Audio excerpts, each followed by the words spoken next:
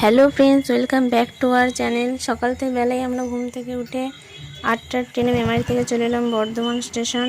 বর্ধমানে আমাদের পড়া ছিল, তাই আমি আর মিতালি বর্ধমান থেকে এবার স্টেশনে নেবে। ওখান থেকে 5 মিনিট হেঁটে গেলেই আমরা পৌঁছে যাই। তাই এখন হেঁটে যাচ্ছি আমরা কোচিংয়ের দিকেই।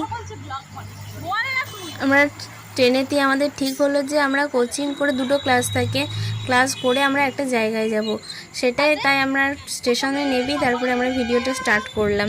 কিন্তু কোথায় যাব এখন বলবো না। আমাদের যাওয়ার জায়গা ছিল এক জায়গায়, সেটা চেঞ্জ হয়ে আবার একটা জায়গায় হয়ে গেছে। তো কোথায় আজকে গেলাম সেটাই তোমাদেরকে বলবো। চলো, এইখানেই নবহাট বাস স্ট্যান্ডের এইখানটাতেই আমরা কোচিংটা করি, ভেতরটাতে গেলি। কোচিং করতে গিয়ে ওখানে হঠাৎ ঠিক হলো যে রমনা বাগানে নাকি 5টা করে এক একজনকে গাছ দিচ্ছে। তো গোলাপবাগের ওদিকে আমরা এখন একটা গলি দিয়ে